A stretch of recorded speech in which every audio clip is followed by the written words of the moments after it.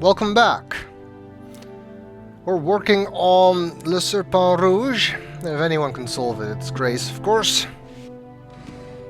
We're definitely giving it our best attempt. So let's check what the next verse is. Aries. The Queen's Guard is the Quaternity, they who stand watch over the Guardian. I look to the north and the west, then the south and the east, and everywhere I see them, their shining swords held out to meet each other. Saint Michael and his brothers with their feet rooted in the earth, they surround the Is that none may harm her, and stand pressed against her in a way that Pythagoras would have approved. I wonder what that could be about. Okay, the Queen is the circle, I think. Her guard is the Quaternity. North, west, south, then east. Those are directions, so something is surrounding her. Saint Michael and his brothers. Something is surrounding the circle, but we don't know what. But we have some more capitalized terms, so let's look those up.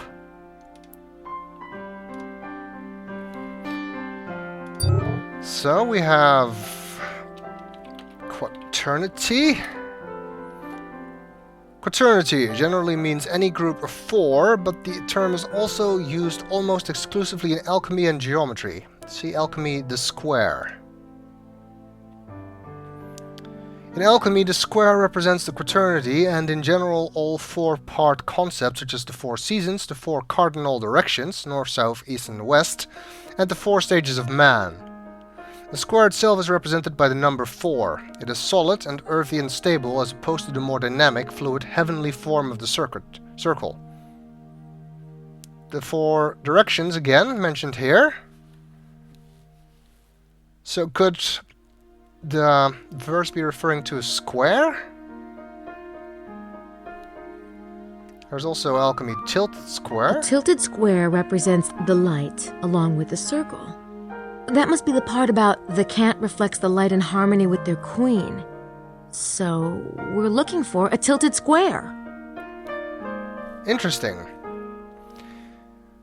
When the square is represented as tilted, i.e. standing on one point, its meaning changes drastically from that of the normal square. Whereas the square represents the concepts of earthiness, solidness and permanence, the tilted square has a more dynamic, fluid meaning akin to that of the circle. The tilted square, like the circle, has been used as a symbol of the sun and of light in general. Okay. So we're looking for a tilted square surrounding the circle. That seems simple enough. We're supposed to square the circle on the map.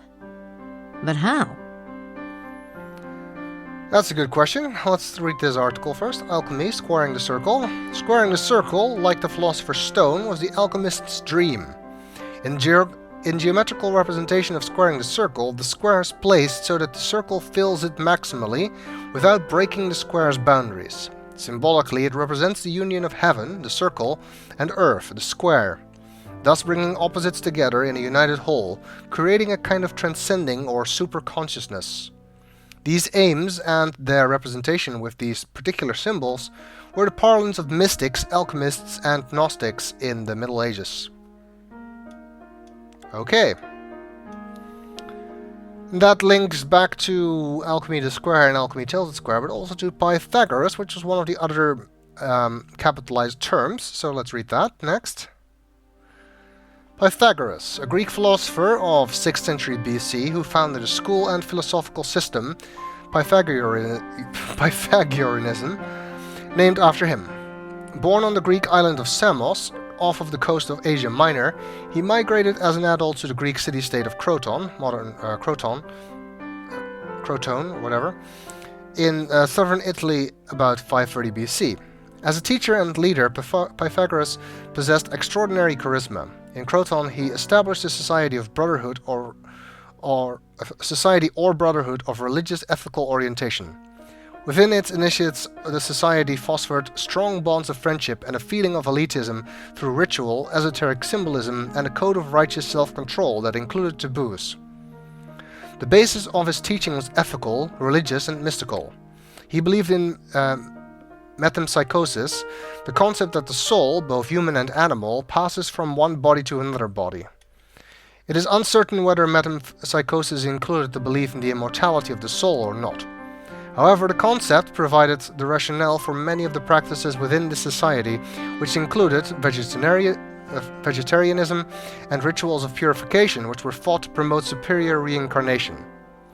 To the alchemists, Pythagoras is regarded as the father of mathematical mysticism, a role which scholars debate, and several key doctrines, such as squaring the circle, are attributed to him.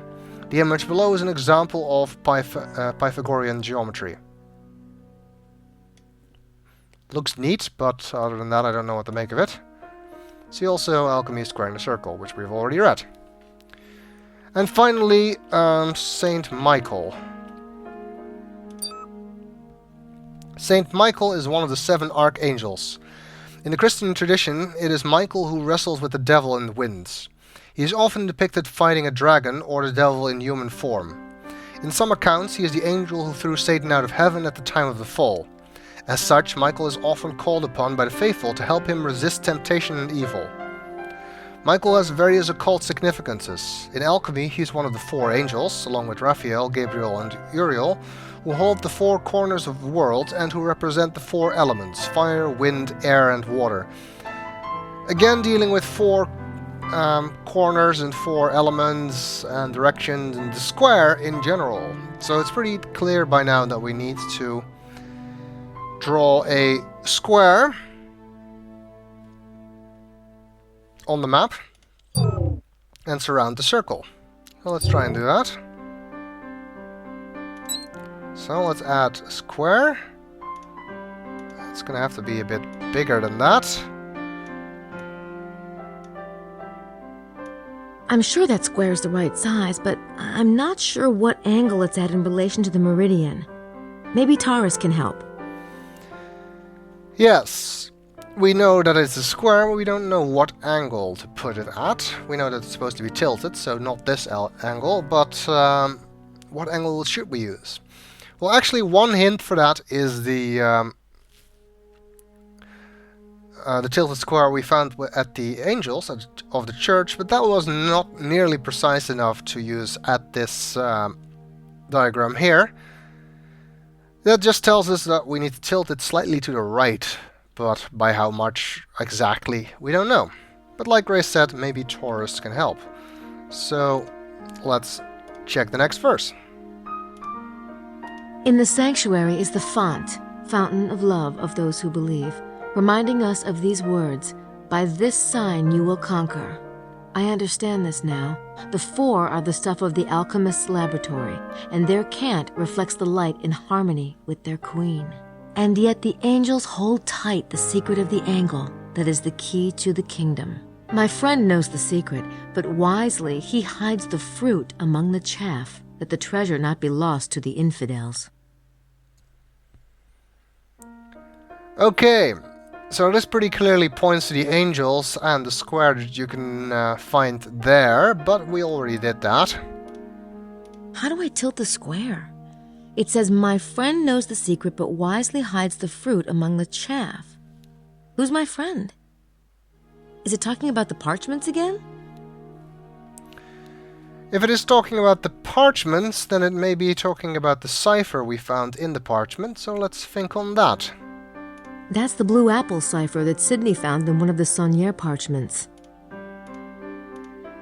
Taurus says, my friend hides the fruit among the chaff. If the blue apple's bit is the fruit, perhaps the piece 681 by the cross and this horse of God part is the chaff.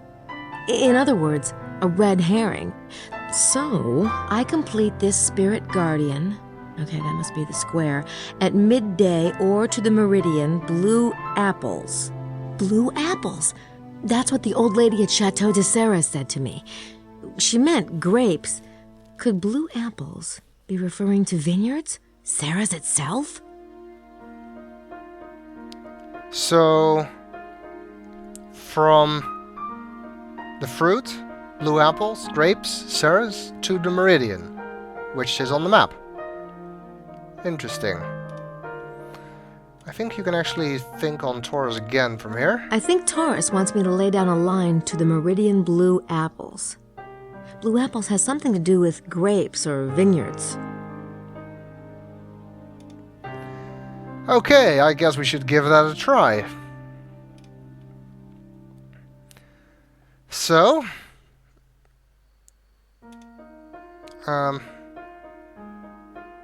need to enter points again. We have Chateau de Serre there, and the Meridian intersection.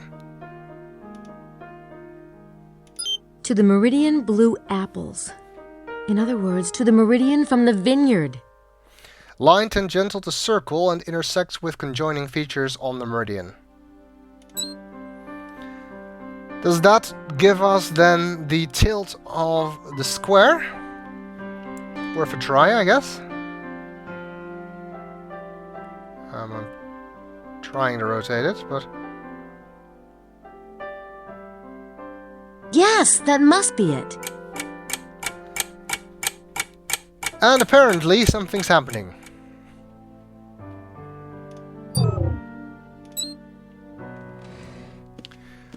We're making some headway on this riddle, that's for sure. Let's see if we can figure out what that clock sound was for.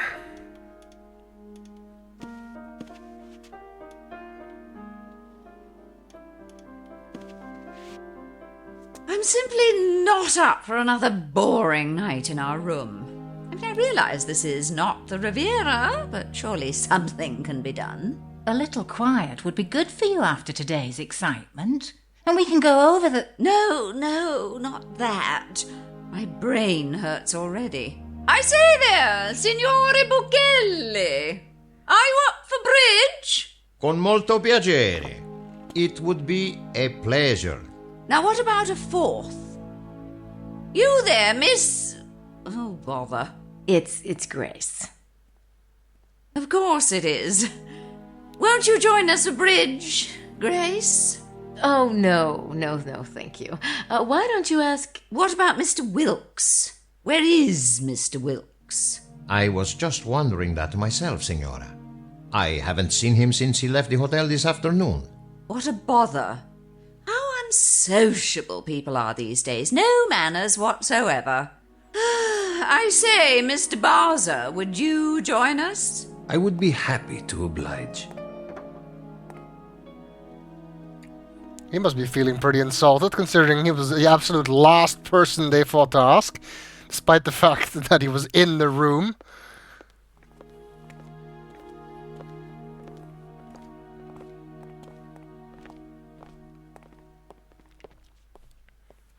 Well, I guess Gabriel and Mosley are even lower on the list than him, since they never even considered asking him that. And Buchelli and Emilio left their glasses behind, despite the fact that they're still quite full. I think Buchelli was drinking the wine. We already have a fingerprint for Buchelli, but whatever. That's Buchelli's glass, and Gabriel already took his print. But Baza, we don't have a print yet. That's Emilio's glass. I guess he doesn't care for wine. Guess not. Let's hope we can finally get a print for this guy.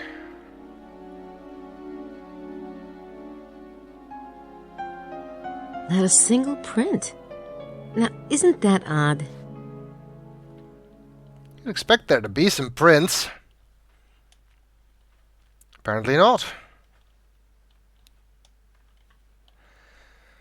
I think we can actually go into the dining room and see the bridge game in progress. Yes, see? How exciting!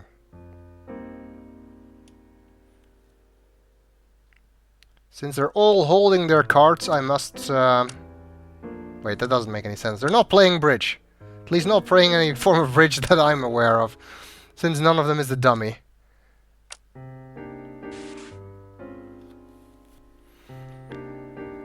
I was gonna say that since they're still holding their cards, they must still be bidding. Because after the bidding, if this is contract bridge, then one of them would be the dummy and would put their cards on the table. So they're apparently playing a form of bridge that I'm not familiar with, or they're not following the regular rules for contract bridge. They seem to be enjoying themselves. They were just playing hearts. Much simpler. I have got other things to do. I don't want to interrupt their game. Whatever game it may be. Because yes, I do actually know how to play contract bridge. Or I used to anyway. I haven't done it in a long time and I don't really remember all of the complicated rules for bidding. Because you can't directly communicate with your partner.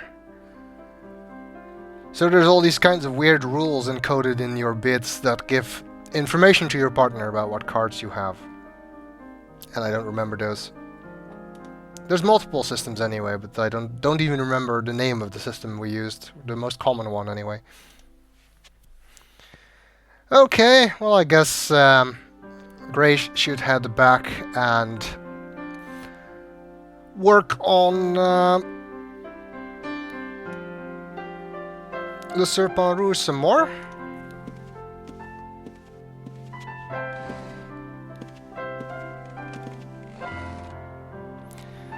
I think we only have one more verse to do for today. Then we'll take a little break. Well, actually 2 verses, since these 2 are linked. They're together, Gemini and Cancer, both highlighted at the same time. The mosaic tiles of the sacred place alternate black or white, and Jesus, like Asmodeus, observes their alignment. I can find 64 stones of the perfect cube, which the knights of the beauty of the black wood had scattered when they fled from the white fort while they were being pursued by the usurpers. Reassemble the scattered stones and, working with square and compass, put them into ranks. The knightly order of the perfect cube fits within and gives structure to Our Lady's protector, the Heavenly Quartet. While a lot of these verses are kind of obtuse, I think that this one is relatively straightforward. At least mosaic tiles alternating black or white is clearly referring to the church floor. And then the relation to 64 stones, what do we know? That's 8 by 8, which is 64, and alternates black or white. Grace already mentioned it earlier. I think the 64 stones represent a chessboard, a grid or perfect cube of 8 by 8 blocks. It must go on the map somehow. But the question is, how? Well, we'll start by searching some of this stuff, anyway.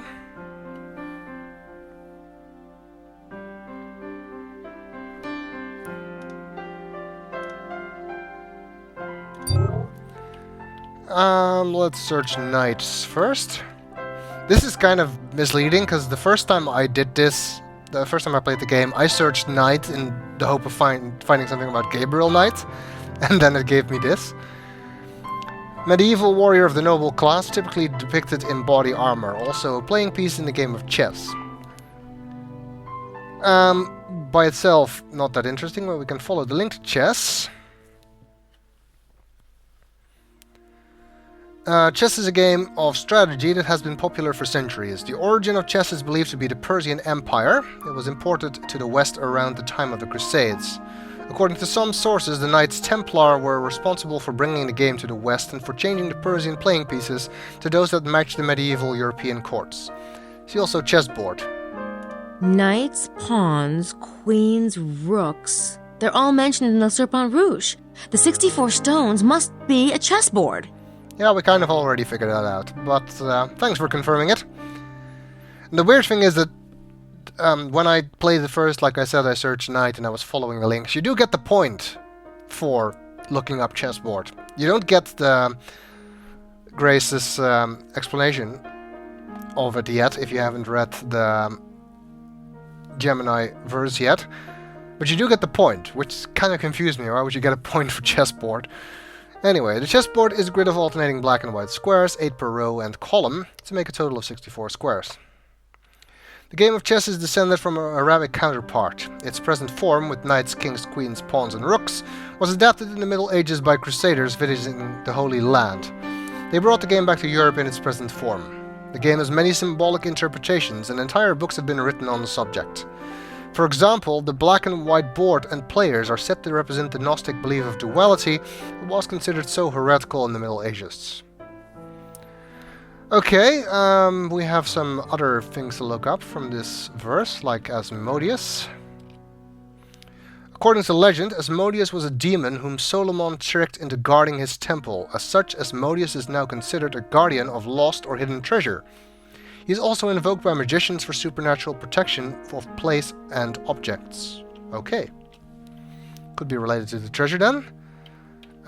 Jesus, of course, was mentioned. Jesus was a Jew born in Bethlehem around 7 BC. At that time, the Jewish lands were under domination by the Romans. Jesus claimed to be, and was believed by many to be, the long-awaited Jewish Messiah. He wandered and taught between the ages of 33 and 36, when he was arrested by the Roman authorities for sedition and put to death by crucifixion, a common Roman execution method. The Gospels of Jesus Christ, also called the New Testament, are the record of the life and teachings of Jesus, whom some call the Christ. They describe a man who was able to work wonders and miracles, curing the sick and even raising the dead. Jesus' teachings were pacifistic and non-materialistic, teaching that the meek shall inherit the earth and that one should turn the other cheek.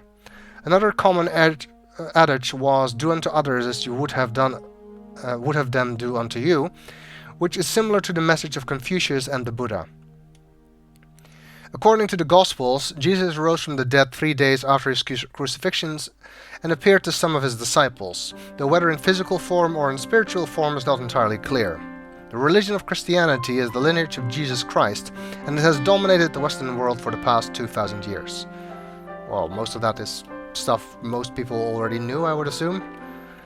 Also mentioned are pawns, the most numerous and least worthless playing piece in the game of chess. Wait, least worthless?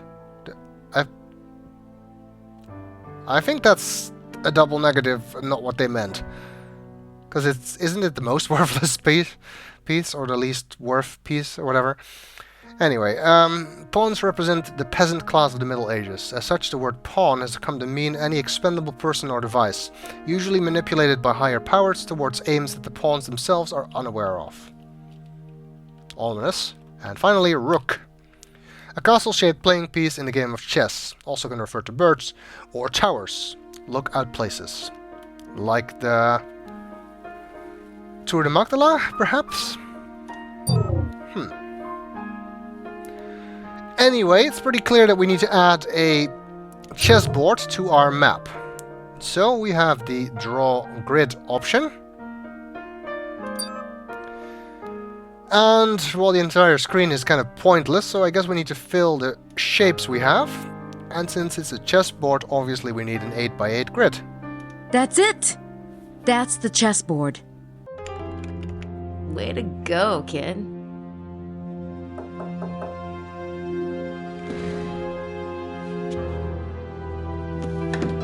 Hey, Gailey. You seen Madeline? Of course. She's under my bed. Huh? Ah, you're being smart, are you? Well, I just thought she might be with that fella of yours. This is his room too, ain't it? Yes. Say, since Madeline's not around, you want to have dinner with me? No. Oh, come on. I got some celebrating to do. Hey, I'm going to be a rich man after what I found today. You play your cards right, you might learn something. All right. I'll change and meet you downstairs. Really? Good, I'll, Quit it! Knock it off!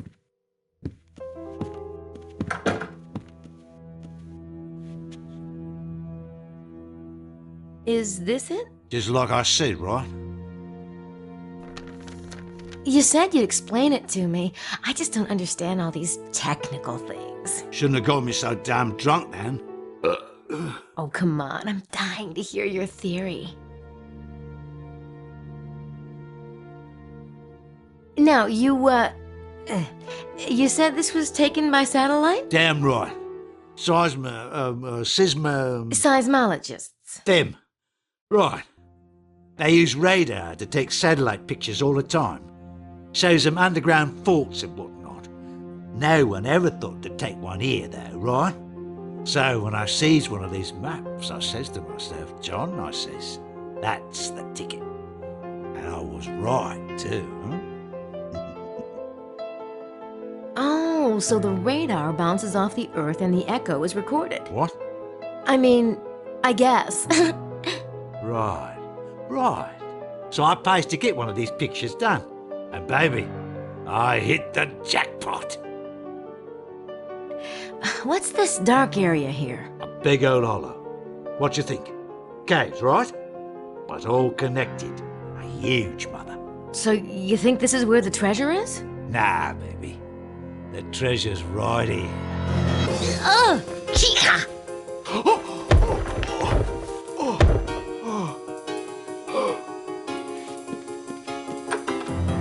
Hi. I just got back and I was trying to, what are you doing with Wilkes, Grace? None of your business. And, don't wait up. I'm sure Mosley's back too, and we do have that catching up to do.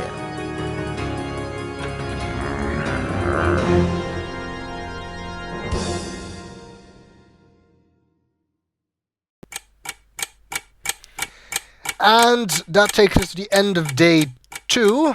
So next up, it's Gabriel, who's going to see what Larry Chester is up to in the middle of the night.